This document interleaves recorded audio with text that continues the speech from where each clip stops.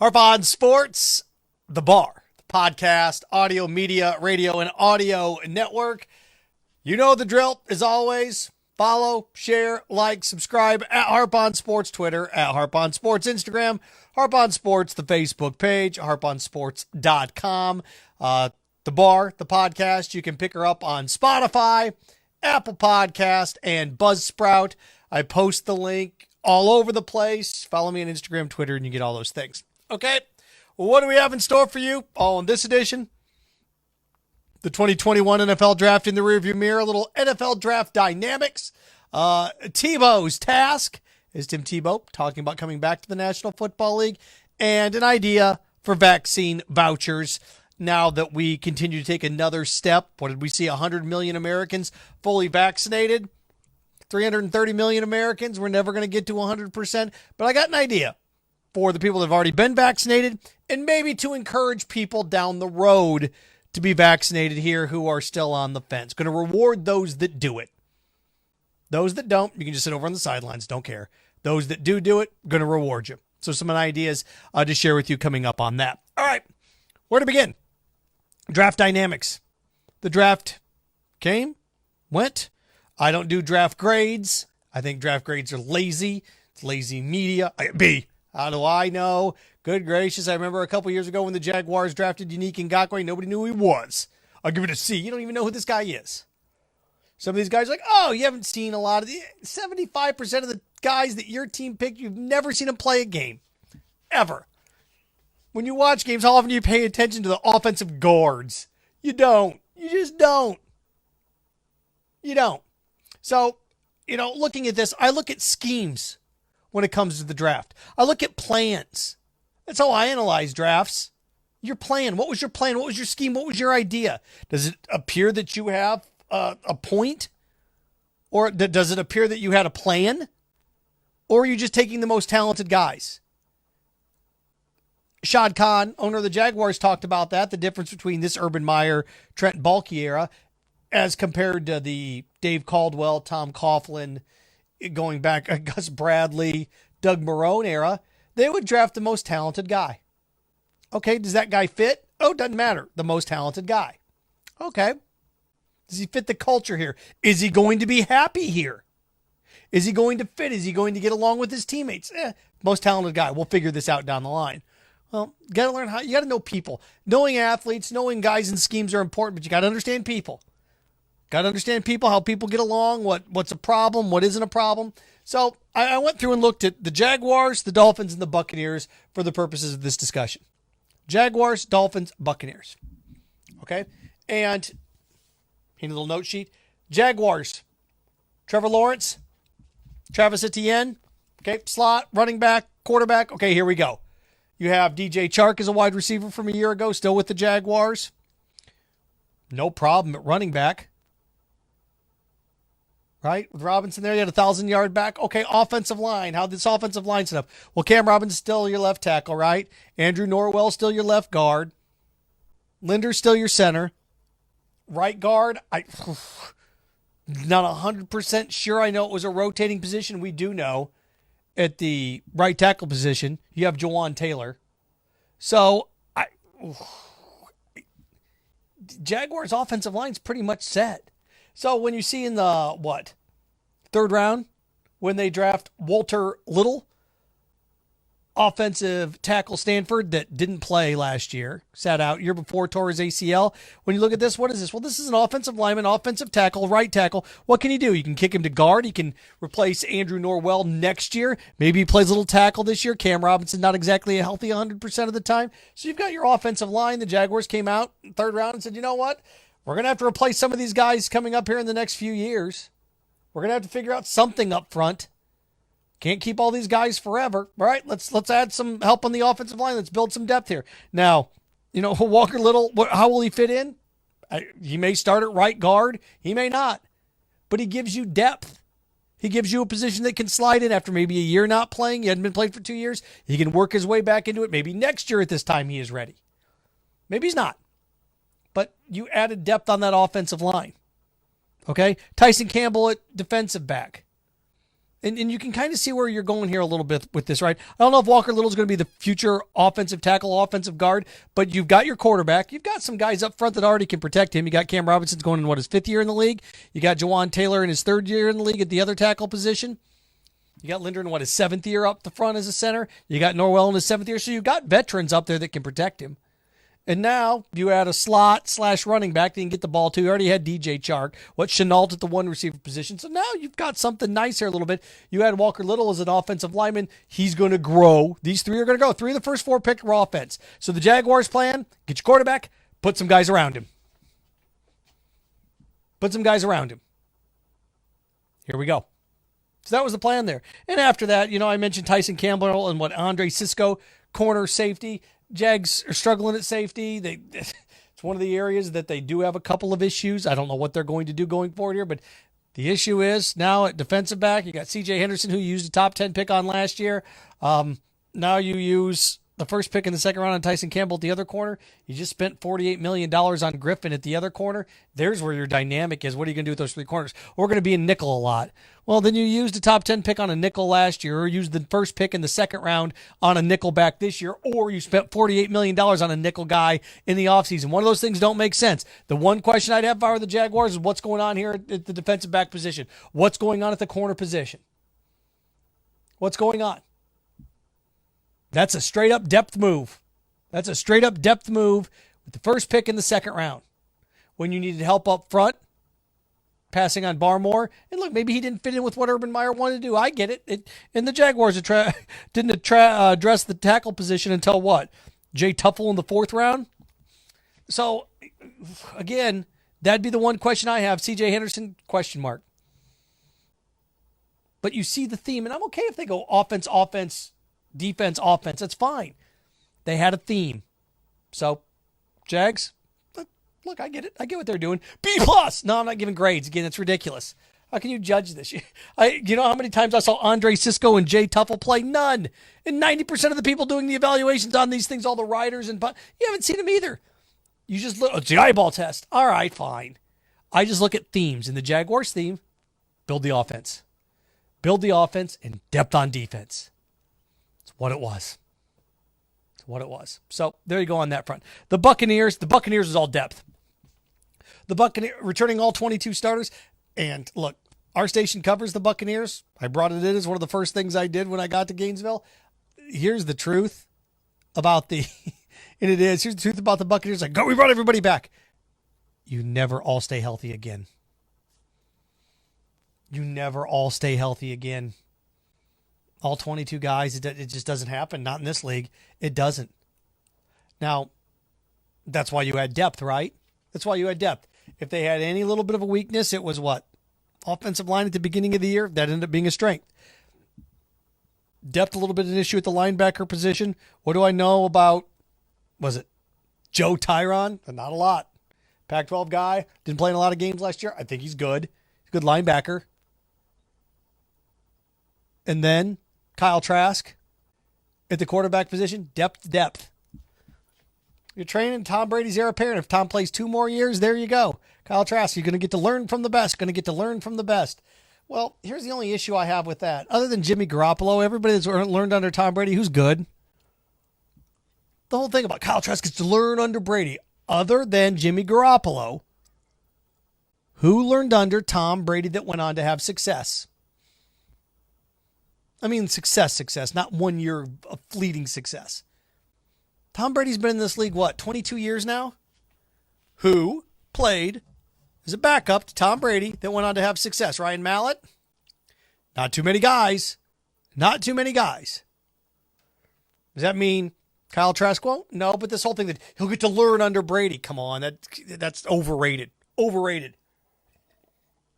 I drafted Kyle Trask because he had a lot of weapons, went to a lot of weapons, got to have a lot of weapons there in Tampa. So, look, I get the pick. I understand why they did it. But this whole thing, we're going to learn from Brady. Yeah, it's nonsense. You can learn to be a pro in a year under him? Maybe a little bit, but I'm not buying it. And then I look at the rest of the draft and what the Bucs did, and you know what? Ainsley, offensive tackle, Jalen Darden, wide receiver in the 3rd and 4th round. Again, these are just depth positions. Just depth. So good. I mean, I like the Bucs added depth. They went through, okay, who's the best player? Boom. What do we need? Boom. They just hit the check marks, and that's what you do. I mean, when you return 22 starters and you're loaded from where you were a year ago. Of these guys, how many of these guys are going to start? Well, you hope Trask doesn't start all year. Hainsey, Tyron, they're going to play. You bet they will. You bet they will. And the Dolphins here in Florida, the third team, they're building around Tua. I get it. I was looking at this a little bit. Jalen Waddle, wide receiver. He's dynamic. Here you go. Tua, here's your guy. Here's your guy. You played with him in Alabama. Here you go. So, there's your weapon. Dynamic. Yeah, he's very good. Very good. One of the top 2-3 receivers in the draft. The Dolphins, I thought, blew it when they traded for up to 6. And then you can trade back down to 12 on draft day. You know, when they were dancing around in the draft, I thought, okay, they moved up to 3, moved down to 6. What do you do? What's your plan here? What's the Dolphins' plan here? Right? Was it 3 down to 6, down to 12, back up to 6? And it turns out they moved around and gave up a first round pick next year for what? Nothing? I don't know what Jalen Waddle was worth a first round pick. You got 2 and you gave up 1. The Dolphins are one of those things. I like Jalen Waddle. I think he's a good receiver, but the dynamic to move around to get him, that was one of those things. The Dolphins behaved before the draft as if they thought the first 4 players in the draft. Well, actually, this is how the Dolphins behaved. The Dolphins behaved in the draft like Penei Sewell was going to go in the top 6. I really think the Dolphins thought that there was no way that the Bengals did not, the way the Dolphins behaved prior to the draft, in their movement, the Dolphins behaved as if they thought the Bengals were going to draft Penei Sewell. There was no doubt. And they thought, hey, we're going to get one of the two. We're going to get Jamar Chase or we're going to get Kyle Pitts. We're going to get one of those 2 guys because Sewell's going to go in the top 5. Sewell doesn't go in the top 5, and then you're there with the Dolphins at 6. You're like, we don't need an offensive tackle, really. What do we do? Let's draft that. The Dolphins botched that. They did. That's one of those under the table stories that you don't hear a lot about. The Dolphins botched this a little bit. And then I look at the rest of the things that they did in the draft. I mean, Jalen Phillips at defensive end, Javon Holland at safety, Liam Eichenberg at offensive tackle. So they get their dynamic receiver, then they go defense, offensive tackle. I get what they did. It was more of a, here's your offensive weapon, and now we're going to build the foundation of this going forward. With all the draft picks and all the talent they get, I don't know how much better they got. I don't know how much better the Dolphins got. They had a weapon, but man, for a team that had 2 top 20 picks and we're picking 3rd in the movement, and I don't know how good of a job they did. I don't. You know, in terms of draft grades, I don't really know what the Dolphins' plan was here. Okay, we got a weapon for Tua. All right, now what are we going to do? Now we're going to draft a bunch of defense. And then we're going to come around the 4th round. We're going to give him an offensive lineman. And then we're going to get him, what, a receiver? Tight end? Get him a tight end in the 4th round, 3rd round? You got 4 picks in the top 2 rounds. I understand that they got him a weapon. And then they came back in the 3rd round and got him a tight end. I got what they did. But there wasn't like an all-out, full-on plan. You saw a plan in Tampa. You saw a plan in Jacksonville. Dolphins' plan was, oh, let's do here, let's do this, let's do a little bit of this, let's do a little bit of this. That's what it was. Again, I'm not handing out draft grades. That was just my overall look at it when it comes to the draft dynamics. And how great was the draft? It was good. I mean, for what it is. The hype machine, the entertainment value, all those things. People that hate it's too much music, too much entertainment. Just make the pick and move on. Boy, you're exciting. You're exciting. Favorite ice cream, vanilla? Huh? You have to have a person that doesn't have any pictures in their house? Nothing. I've got bored. Car's complete. Nothing in your car at all. Nothing. No air fresheners. Nothing. It's completely dry. But you're really exciting. People that, I don't want all that entertainment. I just want the picks. Boy, you're a joy. You're a joy. You like silence in the car? Is that what you like when nobody, don't talk, be quiet.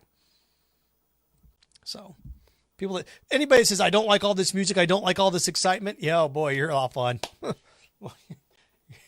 Bet you're real gas at a party. It's the same people that go to a party. It's the same people that don't like, tell me I'm wrong.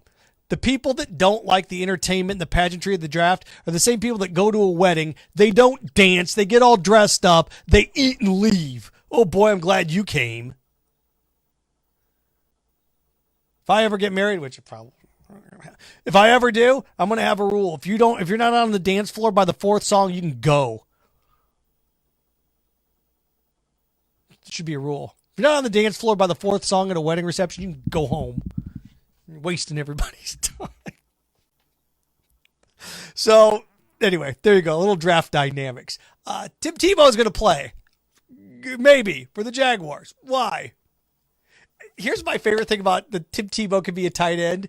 Tim Tebow can be a tight end in the NFL. He can play tight end. No, he can't. There's no way he can. He's 33 years old. Well, he should have switched 5 or 6 years ago. Okay, here's the thing I'm going to ask you. You think Tim Tebow can block Joey Bosa?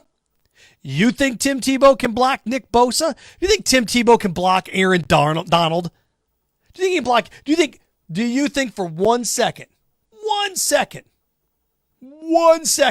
that Tim Tebow can block Ndamukong Suh? There's no way. 0% chance. So he's only going to be an offensive threat. He's not going to block anybody. He's not going to block anybody. You see Tim Tebow blocking Khalil Mack. Good gracious. That's a whole different skill set. And when you're talking about Tim Tebow, he's a tight end, he's a natural athlete. Yeah, but Tim Tebow's never blocked anybody. Ever. He can run a route. You bet he can. Part of being a tight end all the way through high school and college, that's 8 years of blocking guys. Tim Tebow's going to be a tight end. Yeah, you bet. Sure. Can't wait. Can't wait to see him block some Pro Bowl defensive tackles. Never done it in his life. So look, do I want? You bet. I was one of the biggest fans of Tim Tebow in baseball. I wanted to see him succeed. I thought it was a good story. I did. I wasn't rooting against him. But the same people that sat there and said, Tim Tebow is taking up a roster spot from a potential Major League Baseball player. No, he's not. He was the 30th guy on the team or whatever, 23rd, 25th guy on the team, depending on the level. He's not taking up a roster spot of a potential Major League Baseball player. Tim Tebow took the roster spot of a bench bunny. Here at this point, if he's invited to camp, you go to 90 at camp, he is taking a roster spot of somebody that could make the team. You bet he is. I can't wait to see Tim. You're not going to see it. I can't wait. I can't wait to that first Jaguars practice. If everybody's there, Tim Tebow in pads, and Tim Tebow tries to block Josh Allen. I can't wait for that because that's going to be ugly. Tim Tebow going to block Josh Allen? Come on. You see Tim Tebow blocking Calais Campbell? It's a joke. I mean, look, I can go for it, but come on. You could be tight end. You live in fantasy land, man. Again, I want to see Tim Tebow stay in. He's a lightning rod. He's great. I want to see him succeed, but not at the expense of my intelligence. Not at the expense of my intelligence. Lastly, have an idea. You know, we are in a time now where it looks like about 65 to 70% of the American people are being responsible and getting vaccinated. You have about 10%, 15% that are still on the fence. And then you have the other 15% that are just cuckoo for Cocoa Puffs, and they're a waste of time. Flat earthers, anti-vaxxers, they're just a waste of your time. They're just a waste of time. I'm going to talk to them. Waste of time. Waste of time. I think Bill Gates put microchips in them. They don't do anything. They just go to the gas station, eat beef jerky all the time. But he's interested in what you're doing for some reason. So, this is how I look at this. And the NFL is talking about Roger Goodell using stadiums for mass vaccinations. That's great. The National Football League, Major League Baseball should do this too. Major League Baseball should do this because there's so many more games in baseball. As we start to open up, a little bit more difficult in the NFL, college sports, I'd love to see it here too. Until you reach capacity, get extra seats. Well, we need the money. This should be subsidized. Vaccine vouchers. Let's say, just as an example, here in Florida, I get vaccinated. All right, you get a vaccine voucher. What does that mean? You get 2 tickets to a sporting event of your choice. You get a Buccaneers game, you get a Dolphins game, you get a Jaguars game, you get a Gator game, you get a Florida State game. You get 2 tickets. Tampa Bay Rays game, Marlins game, Lightning game. You get 2 tickets to a sporting event you want.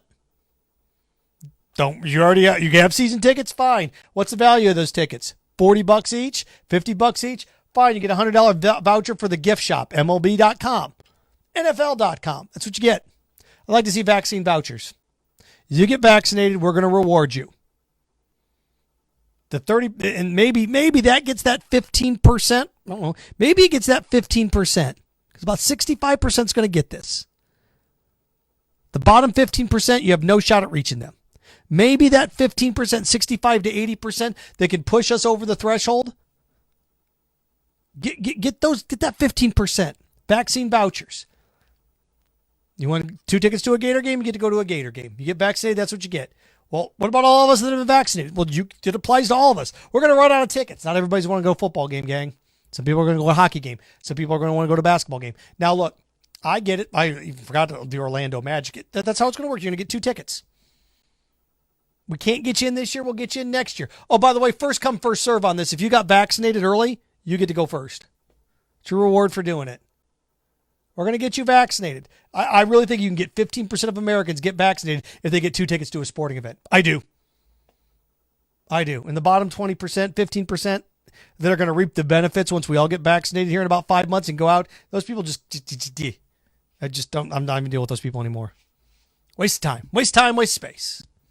Waste time, waste space. So vaccine vouchers. Again, 2 tickets to any sporting event you want to go to that has availability, right? If you're, I'm going to go to this would be fantastic for NASCAR. Only about 20% of people from 15 years ago watch NASCAR. You start to fill up those racetracks again, you give everybody 2 tickets. Idea. Vaccine vouchers. If you already got I got season tickets. Fine, $100 gift card to the fan shop. Get some new merchandise. Boost the economy. Vaccine vouchers, sports, get everybody vaccinated. That's the plan. I still don't think you should be allowed in the stadium without vaccine. But what do I know? Except that more people get vaccinated, the coronavirus numbers continue to go down. Who knew? So there we go. Harpod Sports, the bar. Like, follow, share, subscribe at Harpod Sports Twitter, at Harpod Sports Instagram, Harpod Sports the Facebook page, harpodsports.com. Again, share, follow, like, subscribe if you haven't done so yet. Remember, stay strong, stay clean, stay focused. Frankenstein! Fun with your friends.